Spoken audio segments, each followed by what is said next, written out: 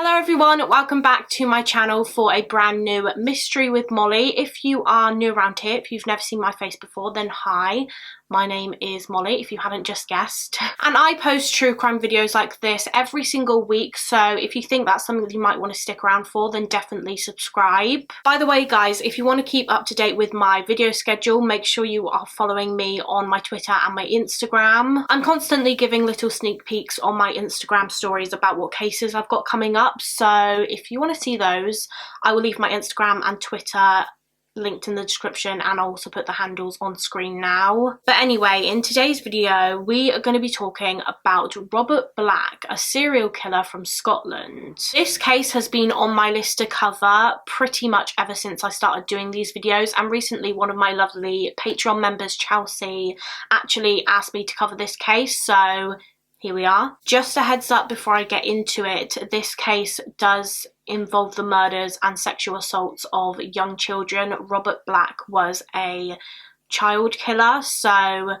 that's just a pre-warning. But yeah, I'm going to stop rambling and we shall just get into it. So it was the 14th of July 1990 when, in the small village of Stow in Scotland, a little 6-year-old girl was on her own and she was walking to the local shop. Now, I couldn't find this girl's name online. I'm guessing it's not public information for obvious reasons, but she was walking down the street and a local man named David Hertz was doing some work in his front garden when he saw this little girl walk by. And as she was walking past David's garden, David saw a transit van pull up alongside this little girl. I believe that this van was a white van, although some sources say that it was a blue transit van. Not that it's too relevant to the case, but I believe it was a white van. But anyway, the man driving this van pulled up alongside this little girl. He got out of his vehicle, and as this girl was walking past the van,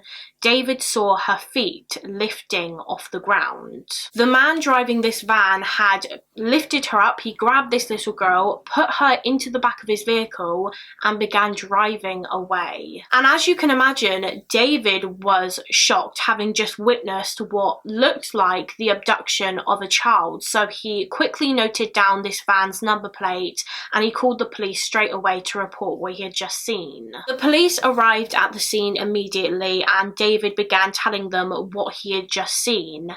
And as he's doing this, the same van drives past the area, drives past David and the officers again, and David sees it and he points to it and he says, "That's the van I've just seen." So the police give chase and they stop this van, and when they open the back of it, they find this 6-year-old little girl, thankfully still alive. However, she had been tied up. I believe she had been gagged, and the man driving this van had tied a plastic bag around her head. She was very lucky that she was saved when she was, because a couple more minutes and she likely would have suffocated to death. So one of the police officers takes this plastic bag off this little girl's head, and it's then when he realizes that it's his own daughter. This little girl that had been kidnapped was one of the police officer's children. I can't even imagine what this police officer must have been feeling, because obviously at this point all they knew was that a little girl had been kidnapped. They didn't know who and they didn't know the age of this little girl.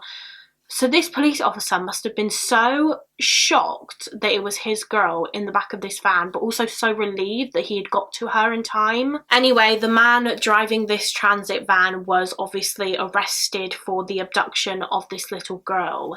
His name was Robert Black and he was a 43-year-old delivery driver. He was charged with the abduction and sexual assault of that 6-year-old girl because she was examined by a doctor after the abduction and they concluded that she had been seriously sexually assaulted in that van by Robert. And so in August of that same year, he pled guilty to the charges and his sentence was life in prison. So Robert Black was sent away to prison, but the police just had a weird feeling about this man because they realised that the way in which Black abducted this little girl was very swift and very organised. Had that man, David Hertz, not been in his front garden at the time, it's likely that Robert Black would have gotten away with this abduction and done God knows what to this poor girl. The execution of this crime seemed so carefully planned out. He had equipment in the back of his van to tie the girl up with and gag her. He acted very quickly when he grabbed this young girl. It just seemed as though he had thought of everything, almost like he had experience. Maybe he had done this before. He clearly had a paedophilic interest in young children, but by the time he was arrested in 1990, this man was 43 years old. You would think this wouldn't have been his first attempt at abducting and sexually assaulting a child. And like I said, because of the way in which this crime was carried out, the police just thought, surely there's no way that this was Robert's first attempt. Had he abducted and possibly killed before this incident? So I believe the police just straight up asked Robert in jail, look, did you have any involvement in other child disappearance or murder cases in previous years? But he refused to talk. He wouldn't say anything. But the police weren't just going to give up. They got in contact with a criminal profiler named Paul Britton, and they basically wanted Paul to give his expert opinion on whether he thought Robert Black could have been involved or responsible for other previous crimes against children. Does that make sense? And Paul agreed to help and give his opinion, and so a couple of detectives from Scotland travelled to Paul's office, and with them they took materials and pictures of the items that Robert Black had in the back of his van. So for example, he had rope in there, he had plasters, he had things to gag people with. There was a mattress in the back of his van. One source I read said that he had some children's clothes in there as well. I believe there were also a couple of sex toys in there as well. It was just a really worrying discovery for the police, and so they wanted Paul, the criminal profiler, to give his opinion on these items and why Black might have had them in the back of his van. So Paul looked over all of these items and he concluded that altogether it looked like Robert had collected these items for his, quote, abduction and rape kit. It looked like Robert had gathered these items for a specific purpose, to aid him in the sexual assaults and possible murders of young children. And I think I mentioned this before, but Robert Black was a delivery driver. That was his job, and so he would often make long journeys in his van and he would travel to various different locations across the UK and Europe. So in previous years, if he had assaulted and killed other children in different places, it would have been easy for him not to be traced because he was constantly moving from one place to another. He was never in the same place for long due to the nature of his job. So the Scottish police decided to launch an investigation and they began looking into various unsolved disappearance cases and unsolved murder cases of young children from up and down the UK and Europe to see if they could link any of them to Robert Black. And they did. But from here, I'm going to discuss the case in a chronological timeline order. I'm going to talk you through Robert's childhood and his life, and then we'll talk about the crimes and the murders that the police eventually linked him to. I just feel like it will make the most sense that way if I discuss the case in a timeline order from this point. So let's start with his childhood. Robert Black was born on the 21st of April 1947 in the town of Grangemouth in Scotland. His mother's name was Jessie Hunter Black, and when Robert was born, Jessie was single. She wasn't married, so she had had a child out of wedlock. Robert never even knew his real father's name. And of course, at the time in the 1940s, that was very frowned upon to have a child out of wedlock. It wasn't socially acceptable, and therefore Jessie decided to give Robert up for adoption. She later went on to get married and her husband had 4 children together, but despite this, Jessie never really seemed to want to have anything to do with her first son, Robert. He was rejected by his own mother, I think because he was a child that she had had out of wedlock, and so she didn't want to be associated with him. She just wanted to forget that she ever had him. As a result, Robert was put up for adoption and he was taken in by a foster couple named Jack and Margaret Tulip, and they lived in Kinlochleven, I'm sorry if I'm not pronouncing that right, which is a village in the Scottish Highlands. Now, Robert's foster parents, Jack and Margaret, were in their mid-50s when they took Robert in, and as far as I'm aware, they didn't have any children of their own, and so they didn't have experience of looking after children.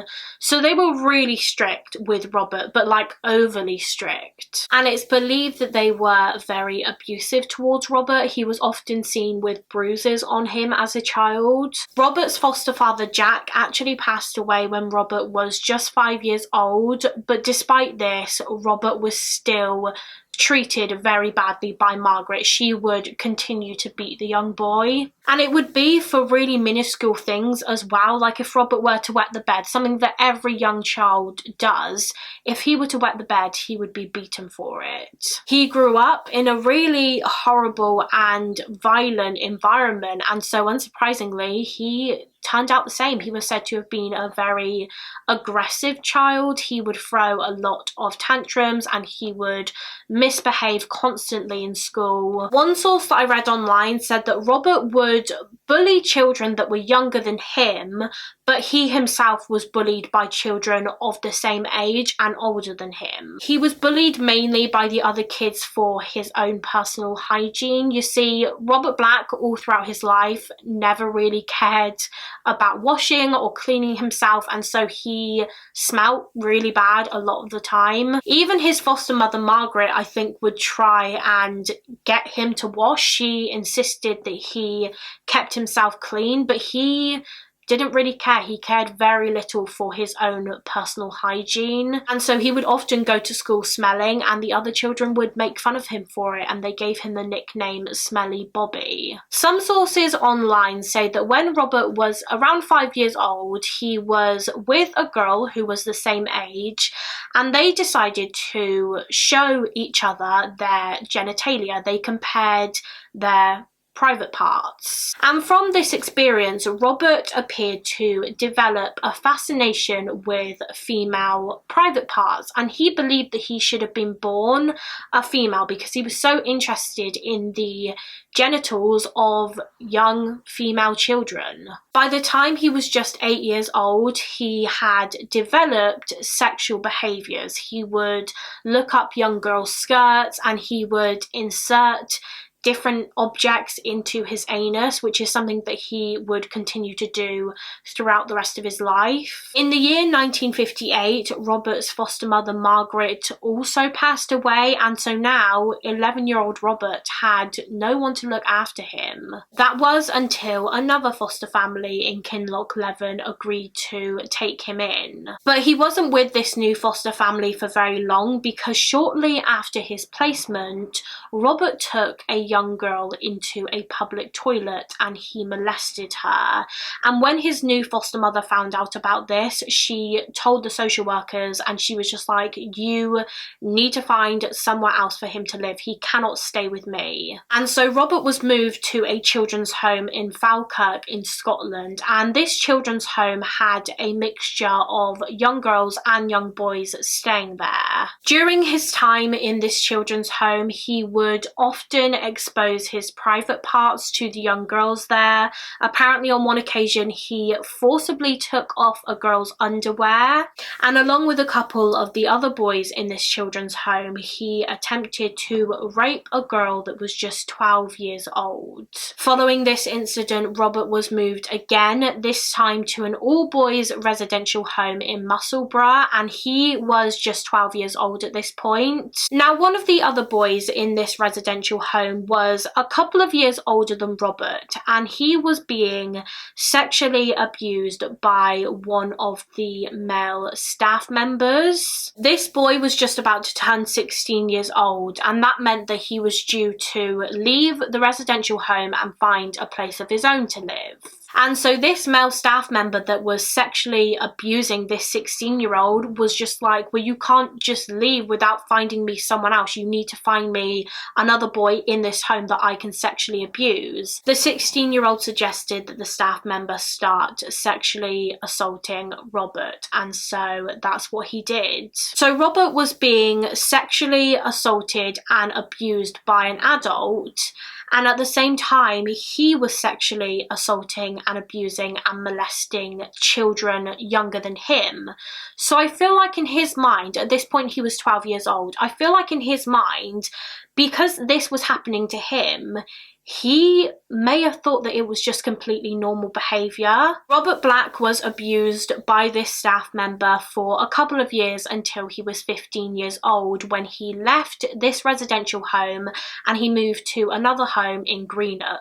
He rented a room there and he started working for a butcher as a delivery boy, so I think he would deliver meat to people's houses. Robert later claimed that during his time as a butcher's delivery boy, he fondled between 30 to 40 young girls. So like if he dropped off the deliveries to a house and a young girl answered the door and she appeared to be home alone, he would assault her. However, none of these cases ever seem to have been reported. So we don't know for certain that this did happen because none of the girls seem to come forward to the police, although it's likely that it did happen. But one incident that is confirmed to be true happened one evening in the summer of 1963 when Black was 16 years old. He was hanging around on his own in a local park when he saw a 7-year-old girl, and she was also on her own. I believe she was playing on the swings. He started talking to this little girl and eventually he persuaded her to go with him to an old air raid shelter, telling her that there was a box of kittens in there. So she obviously agreed to go with him because she was eager to see these kittens, and once they were in the shelter, he strangled this little girl until she fell unconscious. Once she was unconscious, Robert then masturbated over her body and then he just left. He left her on her own in this shelter, probably thinking that he had killed her. Thankfully, this little girl didn't die. She was later found near the shelter just wandering around. She was so dizzy, she was in tears, and Robert was found and arrested the next day for this attack, and I believe this was the first time he was ever arrested. Now, he wasn't charged with attempted murder or anything like that. He was actually charged with, quote, lewd and libidinous behaviour, and I think the word libidinous means having an excessive sex drive. But anyway, this is what he was charged with, and before he went to court, Robert was examined by a psychiatrist, and they came to the conclusion that this attack on this little girl was just an isolated incident. They didn't think that it would happen again. They didn't think that Robert would reoffend. And so I don't believe Robert was ever really punished for this attack in any way. I think he was literally just given a warning and told not to do it again, which is insane. So at this point, I imagine Robert was thinking, well, I just got away with that, so if I want to, I can do it again and get away with it again. Following this, Black moved back to Grangemouth and he was living in a house with an elderly couple, and he started working for a builder's supply company. Sources say that he had a girlfriend around this time. She was a girl named Pamela, and the two met at a local youth club. And I believe that Pamela was Robert's first and only girlfriend. I don't think he ever had another girlfriend after Pamela, but the two dated for several months, and Robert actually asked her to marry him at one point, but she declined and instead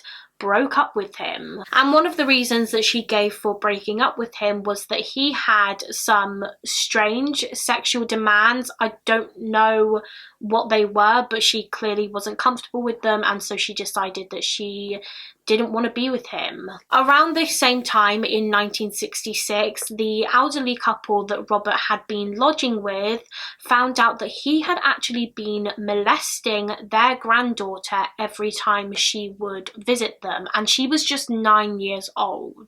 The girl's grandparents did think about going to the police and reporting Robert. However, they decided not to in the end because they thought that it would just be way too traumatic for their granddaughter to have to go through that and give a statement and possibly go to court. So instead they just told Robert that he had to move out. So he did. He moved out. He was also fired from his job at the builder's supply store. I don't know for what reason, but anyway, he moved back to Kinloch Leven, which, if you remember, was the village where he grew up. So now a 19-year-old Robert Black was living in another house with a married couple and their 6-year-old daughter, and occasionally when the couple would go out, Robert would babysit this little girl. And as you can imagine, he loved this because it meant that he had many opportunities to violate and assault this young girl whilst her parents were gone. Soon the parents found out about what Robert was doing, and they straight away contacted the authorities and he was arrested. Robert was charged with 3 counts of indecent assault against a child, to which he pleaded guilty, and he was sentenced in March of 1967 to a year of Borstal training. So he was basically sent to a youth detention centre for young offenders who had committed very serious crimes. Once he had finished his sentence in the Borstal, Robert decided to relocate to London in England, and this was in September of 1968.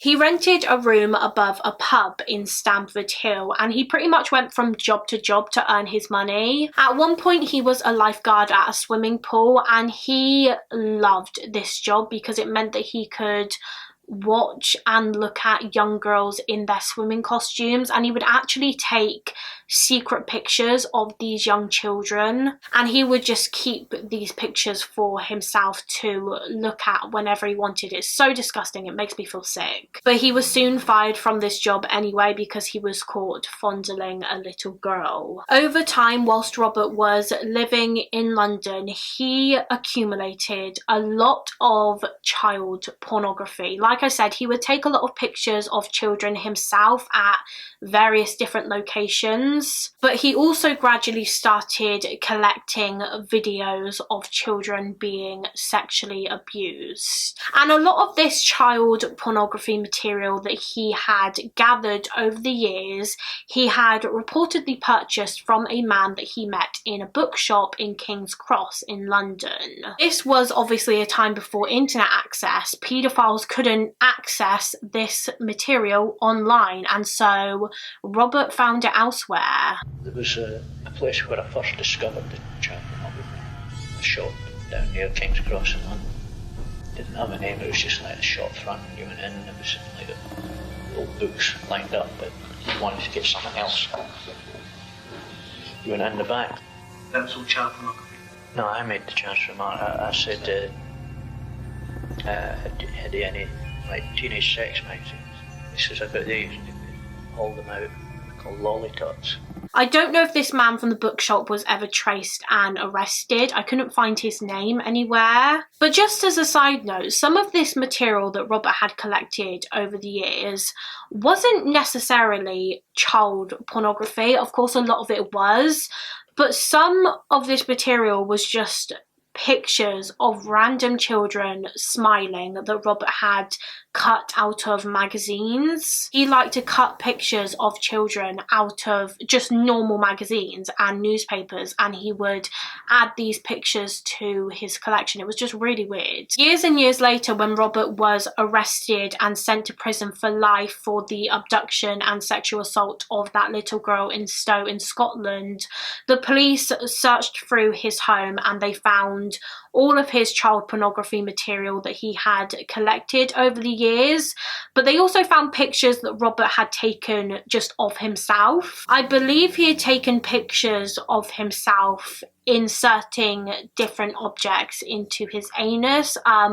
Some of these objects included a telephone receiver and a wine bottle. I believe they also found a lot of children's clothing and children's swimming costumes, and Robert actually used to wear these and dress in these himself. He was a fully grown adult man, and he would sometimes dress himself in young girls' clothing, and I'm guessing that he got some sort of sexual pleasure from doing that. Robert lived in London for about 10 years and he never really made any friends, and of course he didn't really have any family either, so he was very much alone all of the time. He would go out for drinks quite regularly in pubs, but he would just sit on his own. He wouldn't really talk to anyone. He was an introvert and a loner, really, which is part of the reason why I think he got away with what he did for so long, because no one really knew him. No one really knew this man. No one knew his personality.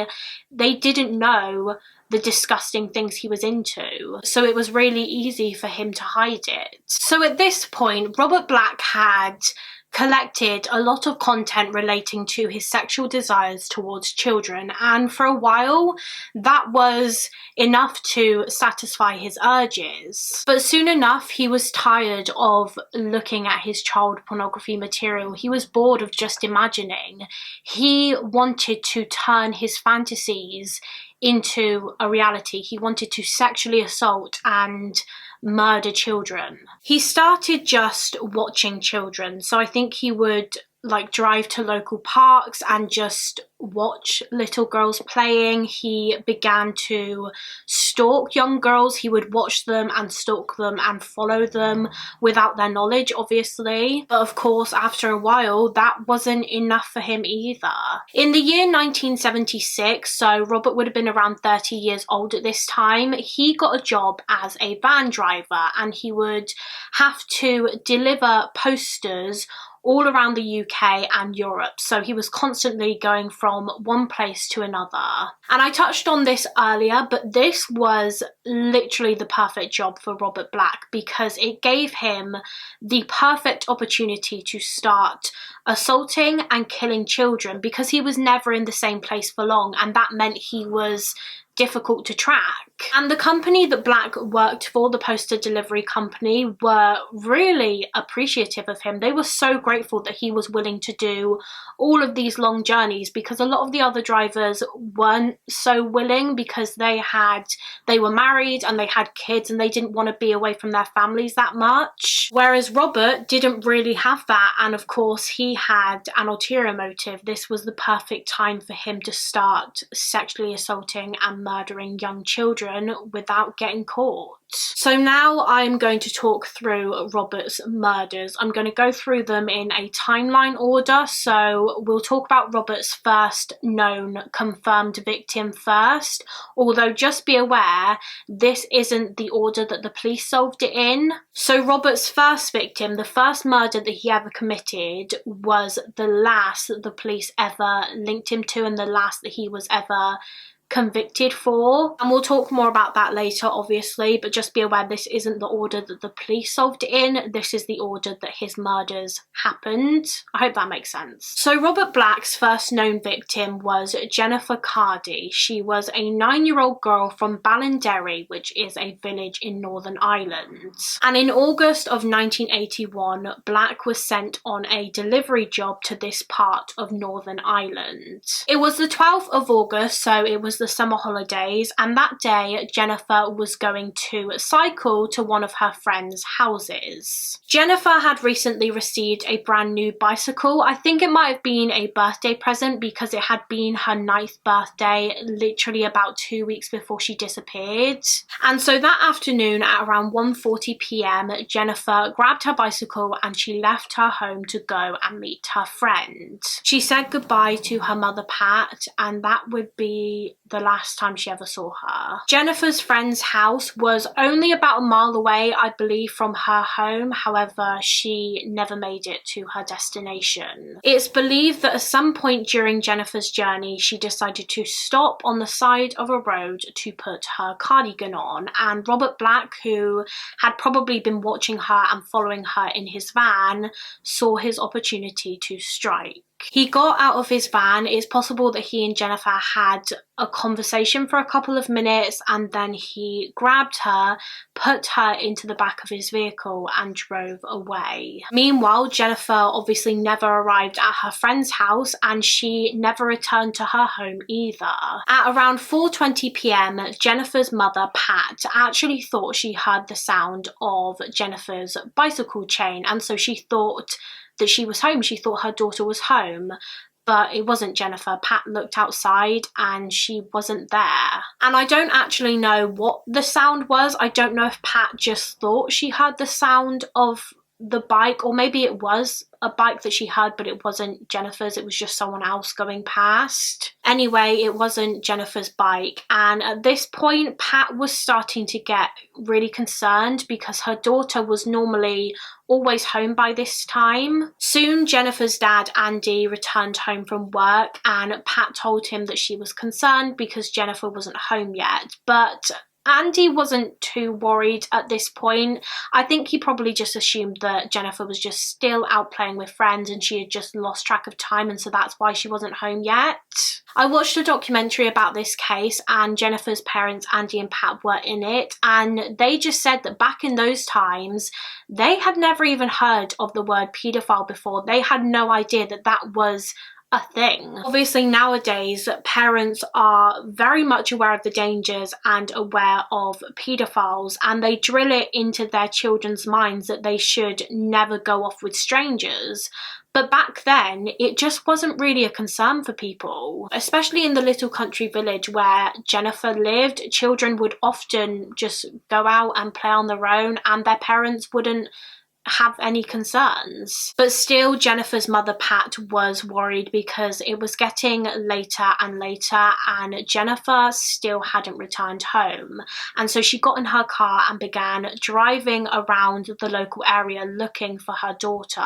I believe the family also either telephoned or went round to Jennifer's friend's house, the friend that she was meant to be meeting that afternoon, and they said that they hadn't seen Jennifer all day. She never made it to their house.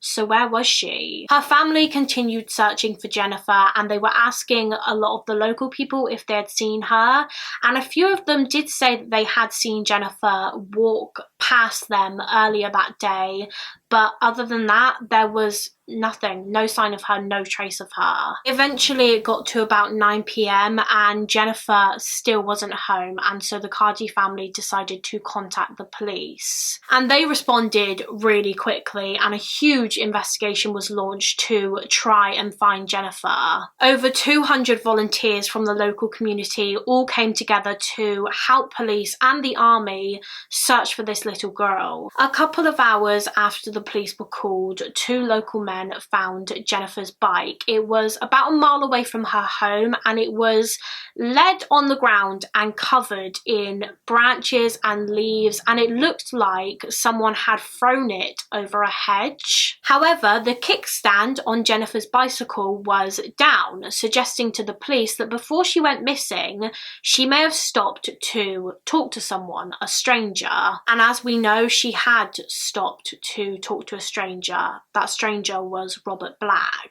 The search for Jennifer continued over the next couple of days, but as time went on, people began losing hope that she would be found alive. And then just 6 days after she was last seen, on the 18th of August 1981, 9-year-old Jennifer Cardi's dead body was found. She was discovered by 2 duck hunters about 10 miles away from where she had disappeared. Robert had sexually assaulted and then strangled Jennifer before putting her body in McKee's Dam in Hillsborough. Some sources online say that her autopsy concluded that she died from drowning, so it's likely that Robert strangled her until she was unconscious or near death, but she was still alive when he put her body in the water in the dam, and then she died from drowning. The location where Jennifer's body was discovered was, I believe, close to a dual carriageway in Hillsborough, and so when the police were investigating Jennifer's murder,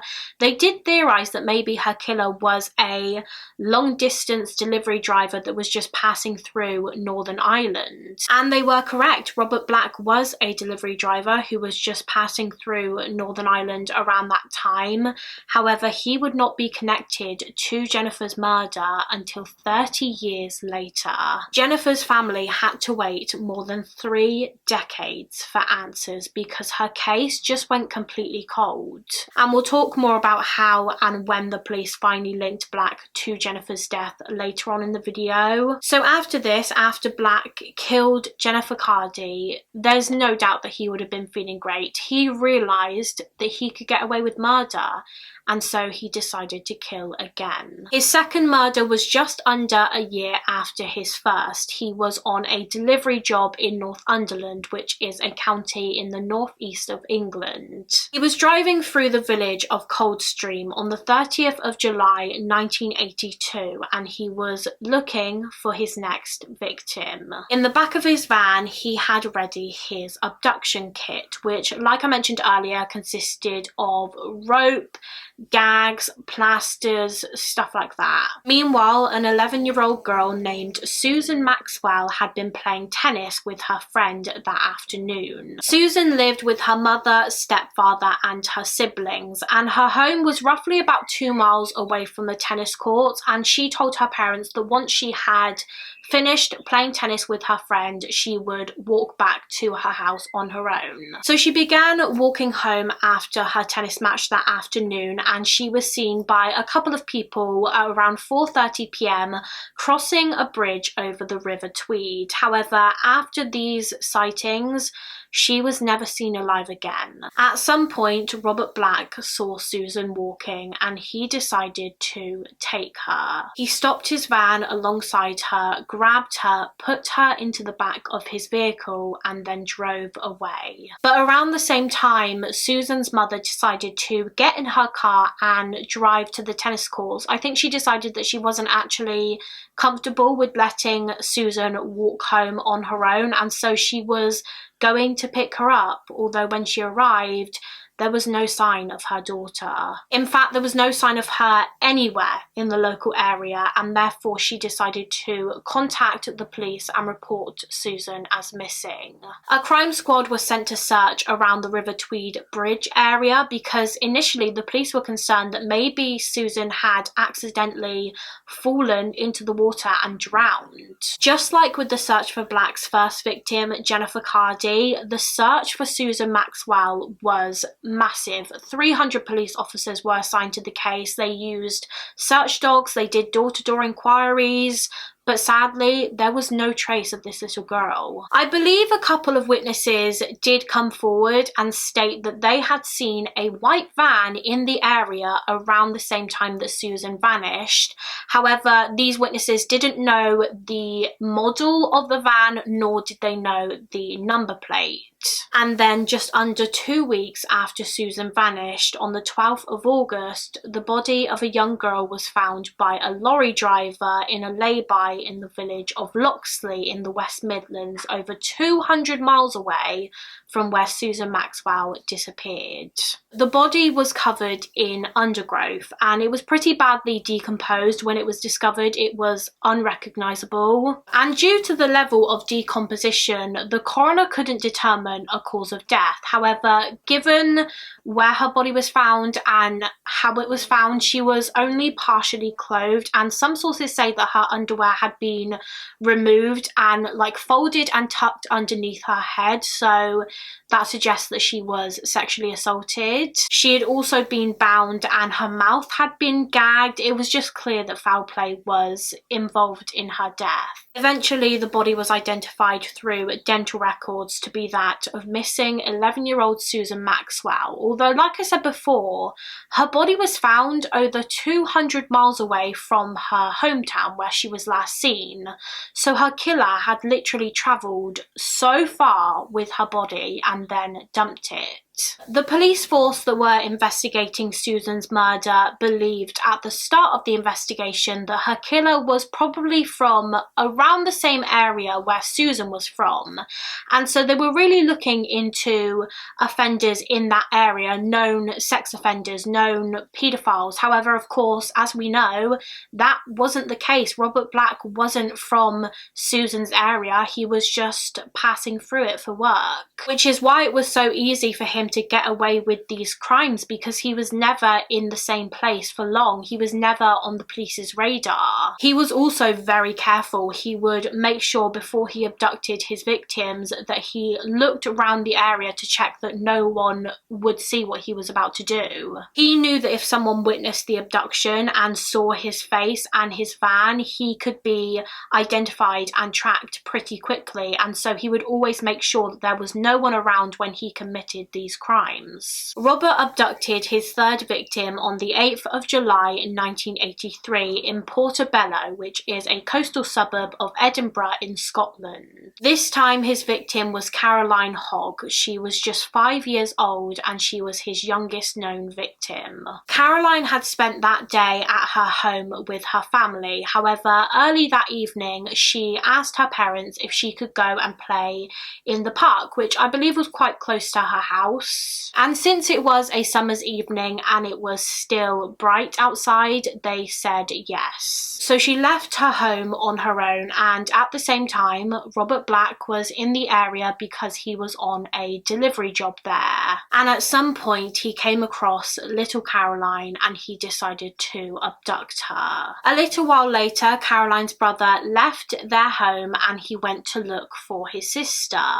But when he got to the park, he saw that she wasn't there. She was nowhere to be seen. He went straight back home and told his parents that he couldn't find his sister, and at 8 p.m. that evening, they rang the police and reported Caroline as missing. So the police began their investigation, and actually quite a few people came forward to say that they believed they saw Caroline that evening on the Portobello promenade. Now this next part I only read on 1 or 2 sources, so I'm not totally sure if this did happen, but basically these sources said that a couple of witnesses came forward to the police to say that on the evening that Caroline disappeared, they saw a filthy, unkempt older man with glasses watching her while she was playing in the park. One of these witnesses was apparently a 14-year-old girl, and she said that she saw Caroline on a bench and that this older, filthy man sat next to her and began talking to her.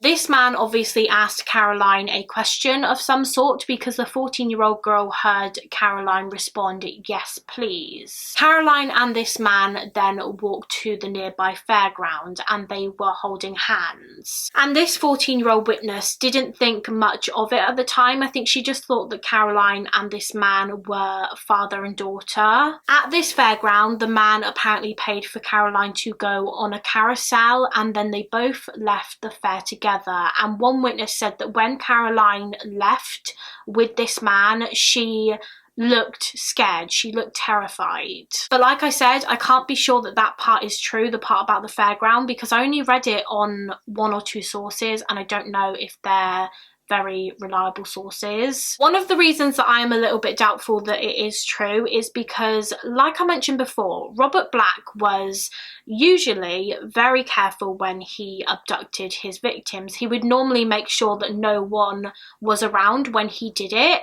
So it seems odd that he would take Caroline to a fairground where there were quite a lot of other people. But also the description that the witnesses gave of this man, filthy, unkempt, wearing glasses, was very much like Robert Black. It was his description. I actually read somewhere that for every single one of Robert Black's abductions, he would wear a different pair of glasses, like glasses that were just completely different from the previous pair. He would wear them as a disguise, I think. Anyway, the search for 5-year-old Caroline was huge. The police launched numerous appeals. About 2,000 people came forward and volunteered to help. The search for Caroline Hogg was one of the biggest Scotland had had ever seen. And then 10 days after Caroline vanished, everyone got the news that they were dreading. Her body had been found. On the 18th of July 1983, her body was discovered in a lay-by near the M1 motorway in Twycross in Leicestershire, over 300 miles away from where she disappeared in Portobello. I believe Caroline's body was found completely naked, suggesting that she had been sexually assaulted. However, once again, due to the level of decomposition, a cause of death couldn't be determined. So after Caroline's murder, the police investigating her case and the police investigating the murder of Susan Maxwell, which happened just under a year before, came up with the possibility that maybe these two cases were linked. Maybe the person that killed Caroline was the same person that killed Susan Maxwell, because there were quite a few similarities between their cases. Both of the girls had been abducted in similar circumstances. It appeared as though they had both been sexually assaulted. Both of their bodies were dumped far away from where they were taken. They were both dumped in a lay-by. The police were pretty sure that these murders must have been done by the same person. They must have been connected. At this point, the police had not connected them with Robert Black's first victim, Jennifer Cardy. Like I mentioned earlier, she wasn't linked to Robert Black's other murders and Robert Black for 30 years. But they strongly believed that Susan and Caroline were killed by the same individual, and so a joint murder inquiry was formed and 4 police forces came together to try and identify this child murderer. They concluded that the killer was probably a delivery driver, or he had some sort of job that meant he had to change location a lot, and they also theorized that he was a very opportunistic killer. So he didn't necessarily plan his killings. Like, he didn't wake up in the morning and think, okay, today I'm going to kill another little girl. It was more like if he came across a little girl that was on her own, there was hardly anyone around, he would see his opportunity to strike, if that makes sense. The police questioned countless delivery drivers and asked them where they were on the days of the abductions. However, they could never link any of these delivery drivers to the cases, and Robert Black himself was never questioned, I don't believe. The police once again never came close to catching him, and by this point he had gotten away with 3 murders. His 4th and final murder took place less than 3 years later on the 26th of March 1986, when Robert Black was on a delivery job in Leeds in Yorkshire. 10-year-old Sarah Jane Harper lived in Mollie, which is a town in Leeds, and she lived with her mother, whose name was Jackie, and her younger sister Claire. Jackie and Sarah had been watching Coronation Street that evening, which is a soap opera show that we have here in the UK. After the programme had finished, Jackie asked her daughter if she would pop round to the local shop to fetch some bread, and so Sarah said yes, okay, and she left her home at around 8 p.m. From all reports, Sarah did make it to the local shop and she purchased some bread and 2 packets of crisps. However, at some point on her way home, she was spotted by Robert Black, who grabbed her, put her in the back of his van, and once again drove off, and Sarah was never seen alive again. When she didn't return home, her mother Jackie and her little sister went out and began looking for her, but they couldn't find her anywhere, and so Jackie decided to contact the West Yorkshire Police and report her daughter as missing. Once again, just like with the other girls, a search began straight away for the missing 10-year-old. More than 100 police officers were assigned to the case. They did door-to-door inquiries, they took over 1,400 witness statements, and they did receive information that around the same time Sarah vanished, a white van was seen in the area. About a week after Sarah disappeared, her mother Jackie did a press conference urging anyone with any information regarding her daughter's whereabouts to come forward.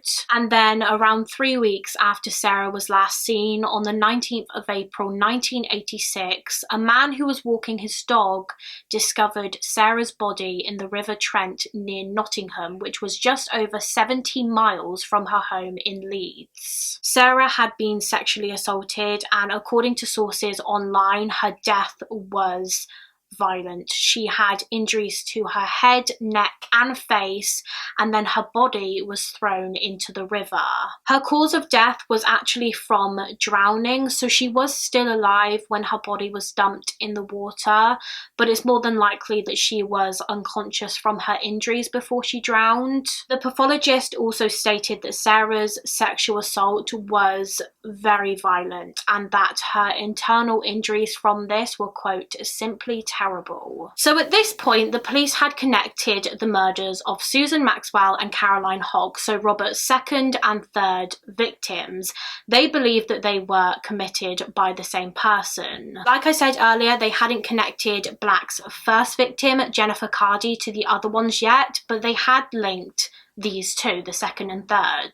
And now they had the murder of 10-year-old Sarah Harper, and again, her murder seemed to have a lot of similarities to the murders of Susan Maxwell and Caroline Hogg. The police noted that all three bodies were dumped in the same rough geographical area in the Midlands, miles and miles away from each of the girls' hometowns. So because all three bodies were found in separate areas in the Midlands, the police believed that all three of them were linked. They believed that the person who killed Sarah Harper also killed Caroline and Susan. So now that Sarah Harper's murder had been linked to the series, 6 police forces in total were involved in a manhunt to find this child murderer. And investigators came up with a psychological profile of their killer. So I'm going to read this profile to you now. They believed that the killer they were looking for was a white male, and he was probably between the ages of 30 to 40, although he was probably closer to 40. They said that he was likely to be a loner. He probably didn't socialize with people very much. He was probably very unkempt and dirty looking and wasn't very educated. They believed that he probably lived alone in rented accommodation and that he had an interest in children and child pornography, since the motive for his murders was clearly sexual. So that was the profile of the killer that they came up with, and to be honest, you can't deny that it was pretty spot on. That was literally Robert Black, a dirty looking man, a loner, didn't socialize very much, lived alone, had an interest in child pornography. That was literally him. And I feel like Robert probably realized at this point that with each kill, the risk of him getting caught was increasing. The police were really putting a lot into this investigation now. They were really trying to find this man. Now, 10-year-old Sarah Harper was his last murder, the last murder that he was ever linked to.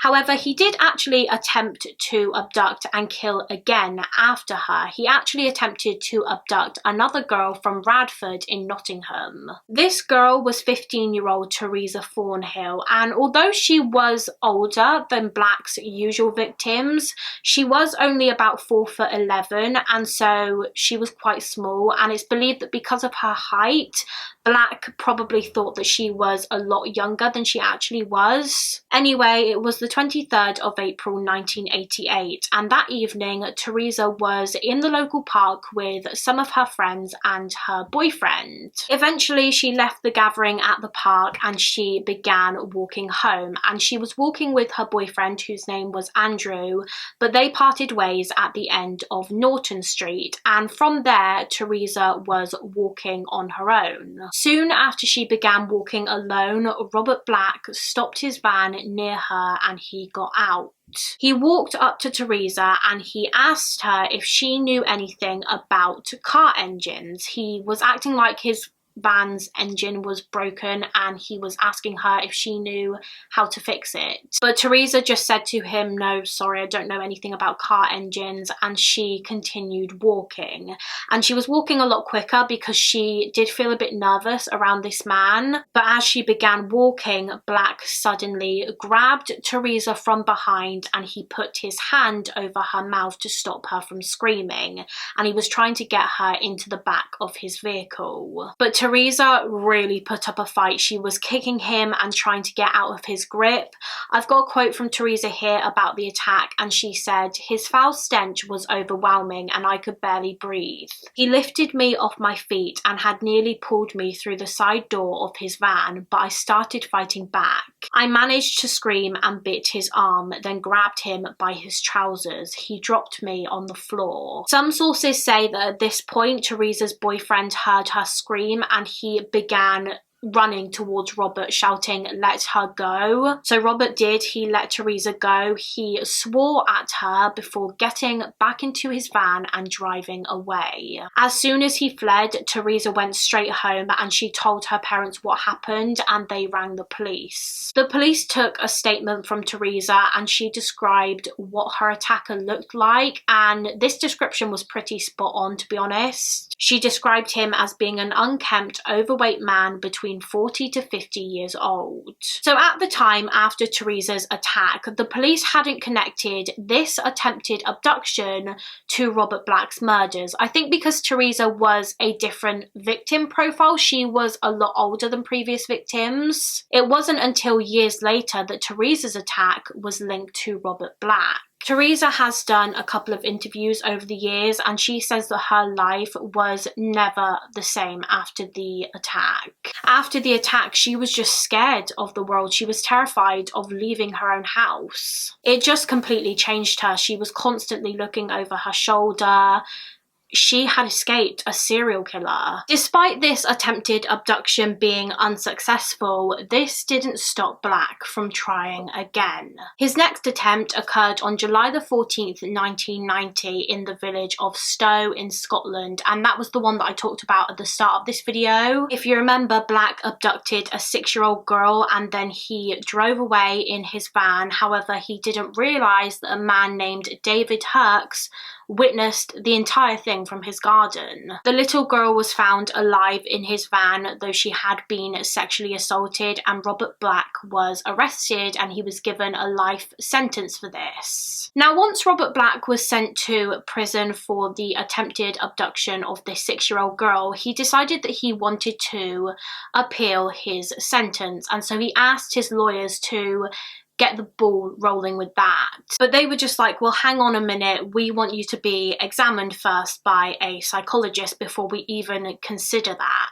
So they called in a man named Ray Wire, and he was an expert in talking to pedophiles, basically. So Ray examined Robert, and his conclusion was pretty much that this man should never be free. He said that Robert Black was extremely dangerous and that if he was ever let out of prison, he would almost certainly attempt to abduct a child again, and so his appeal was dropped. Now, interestingly, after Ray wrote up this report on Robert himself got in contact with Ray again, and he basically said to him, "Please, will you come and speak to me a second time?" He said, "I know I'm a paedophile and I want to understand why. I want to know why I have these urges." I think that Robert just genuinely wanted to try and understand his own mind, and Ray agreed to go and speak to him again, although I couldn't find much more information about this second meeting. Anyway, a couple of weeks after Robert's trial for the abduction and sexual assault of that 6-year-old girl, Robert Black was interviewed by 2 detectives because they wanted answers from him. At this point, they were certain that he was connected to more abductions and murders of other young girls, and they wanted to see if he would confess to any. The detectives told Robert that they wouldn't be judgmental, but that they just needed the truth from him. I believe the interview lasted for several hours, and Robert was surprisingly pretty open with the detectives about his childhood and his upbringing and about his sexual attraction towards young girls. However, when they asked if he had any involvement in various unsolved murders, specifically the murders of Susan Maxwell, Caroline Hogg and Sarah Harper, he just refused to cooperate. He just went completely quiet. He refused to answer any questions relating to murder, probably so that he didn't incriminate himself. But the detectives were still convinced that he was responsible for other abductions and murders, and so they needed to find solid evidence to link him to them, otherwise he was going to get away with it. So they went to his home in London where he rented a room, and they were searching around his room for a couple of days. They discovered his collection of child pornography and just the pictures he had taken of children himself. Like I mentioned earlier, he had a lot of material that he had gathered over the years. They were just trying to find any evidence in his room that would link Black to any unsolved murders. Of course, the child porn is evidence that he is a paedophile, but it's not evidence, it's not direct evidence connecting him to any of the unsolved murders that the police suspected he was involved in. They needed to find some sort of evidence that actually linked him to the murders, because without that, they couldn't charge him, and soon they did find something. The police eventually came across the evidence that would really tie this whole case together. The next piece of evidence I'm going to talk about pretty much convicted Robert Black. It was the police's most solid evidence that he was responsible for several child murders, and this evidence was petrol receipts. Okay, so as we know, Robert Black's job was a delivery driver. He delivered mainly posters, I believe, up and down the UK and Europe. He was constantly moving from one location to another, and the company that he worked for delivering these posters was called the Poster Dispatch and Storage Company. And when Black was convicted and sent to prison for the abduction of that 6-year-old girl, the police reached out to this company and they asked them if they kept the petrol receipts that their delivery drivers would get when they brought petrol from a petrol station, and they did. This company kept all the petrol receipts. In fact, they kept years and years and years worth of petrol receipts from their drivers. There were honestly thousands of these receipts. They just kept them all in storage in case they ever needed them. So basically how it would work is the drivers would stop and get petrol on their routes when they needed it, and when they would stop to get petrol they would pay with their credit cards, and then they would be given a receipt. The drivers would then keep their receipts and then they would give them to the company to claim their money back for the petrol. And that is exactly what Robert did. Obviously, every time he would stop to get petrol, he would keep the receipt and then give it to the firm so that they would cover the expenses. So the police went through all of these receipts from Robert's credit card, and on each receipt there was the date and time that the petrol was purchased, and also the name of the petrol station that it was brought from. So from looking at these receipts, the detectives could determine exactly where Black was on the day that the little girls were abducted and killed. And these receipts showed that he had stopped for fuel at petrol stations that were very close to where each girl was abducted from on the days that they vanished. So for example, on the day that Sarah Harper was kidnapped, Black was due to deliver some posters in Mollie where Sarah lived, and the firm that he was delivering them to was about 150 yards from her house. And a petrol receipt from that day showed that he had stopped for fuel at a station not far from where she was taken. And it was the same for the cases of Caroline Hogg and Susan Maxwell. There were petrol receipts to show that Black was in the area that they both disappeared from on the days and around the same times that they were abducted. So by May of 1991, the detectives had gathered all of their evidence and they submitted it to the Crown Prosecution Service so that they could decide if the evidence they had was sufficient enough for Black to go to trial for the 3 murders. And this was somewhat of a risk because, in all honesty, they didn't really have concrete evidence linking Black to any of the murders. They didn't have you know, forensic evidence or DNA evidence or anything like that, because obviously the murders had taken place years earlier in the 1980s when DNA and forensic technology was in its infancy. So their biggest piece of evidence was the petrol receipts, and some people could argue that those were literally just circumstantial evidence. Yes, they showed that Black was in the area on the same date and around the same time that the girls were kidnapped, but it's not solid proof that he was the one who killed them. However, given just how similar the abductions of Susan, Caroline and Sarah were to the abduction of that 6-year-old girl in Stow, the one that was found alive in Black's van, the Crown Prosecution Service ultimately came to a decision that there was sufficient evidence to send Black to trial for the murders of Susan Maxwell, Caroline Hogg and Sarah Harper, and the attempted abduction of Teresa Thornhill, the 15-year-old girl that Robert tried to kidnap in Nottingham. His trial began in April of 1994, and Black decided to plead not guilty to all of his charges. He was just denying everything. But just over a month after the trial started, on the 19th of May 1994, the jury returned with a verdict, and they found Robert Black guilty for the kidnap and murder of 11-year-old Susan Maxwell, 5-year-old Caroline Hogg and 10-year-old Sarah Harper. He was also found guilty of 3 counts of preventing the lawful burial of a body and of the attempted abduction of 15-year-old Teresa Thornhill. He was sentenced to a term of life imprisonment for each of the 3 counts. So for each murder, he was given a term of life imprisonment with a minimum of 35 years. According to some sources online, when Black received his sentence, he turned to the detectives involved with his case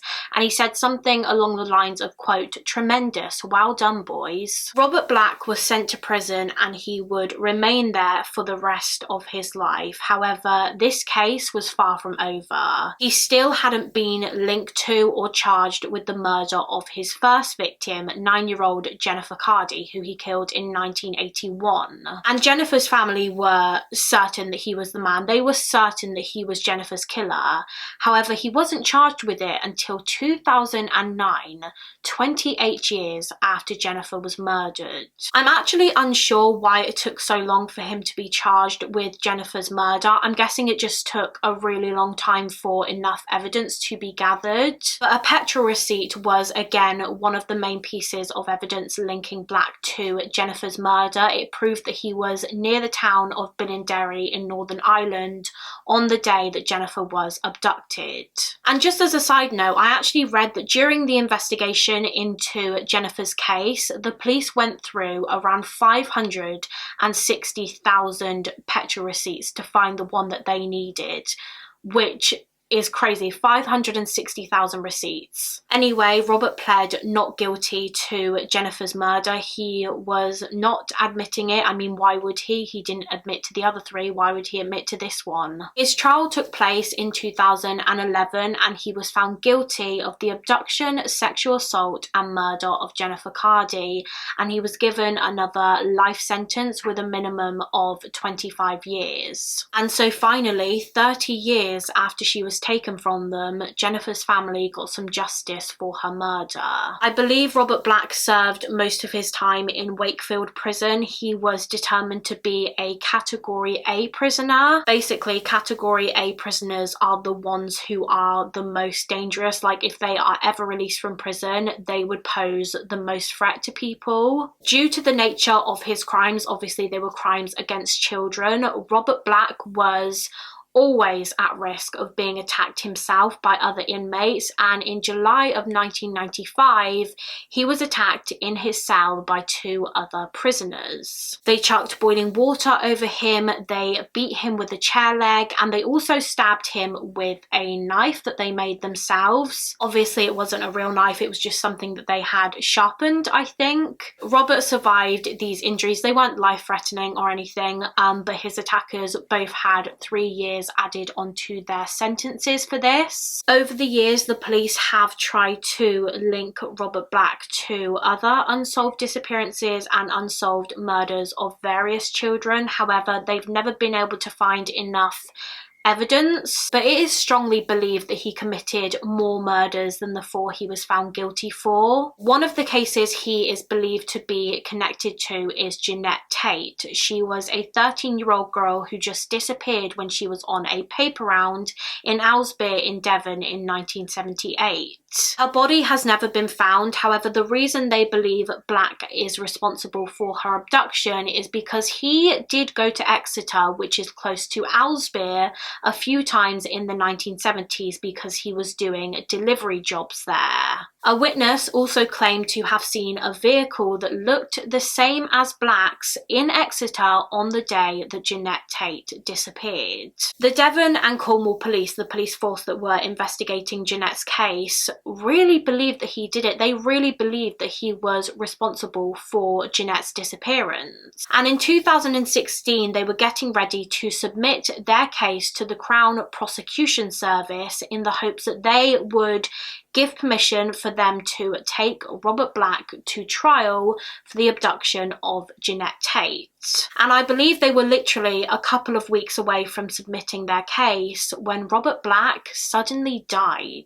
I'll get into his death in a second, but regardless, the Devon and Cornwall police still submitted their case against him, but it was declined by the Crown Prosecution Service because they said that they would not take the case to trial now that Robert had passed away. Robert Black died from a heart attack on the 12th of January 2016 when he was 68 years old.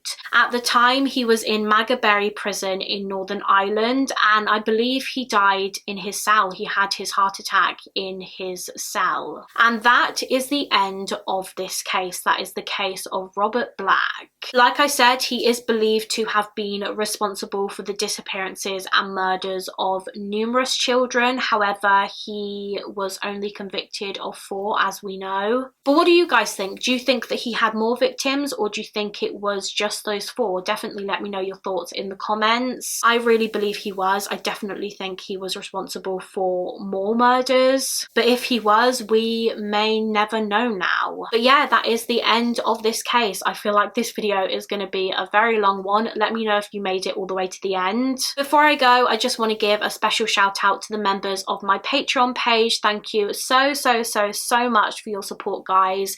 If anyone else wants to become a member of our little Patreon family, the link is always in the description box of my videos. Please do give this video a thumbs up. I would appreciate that so much. I worked really hard on this video. And also subscribe if you haven't already.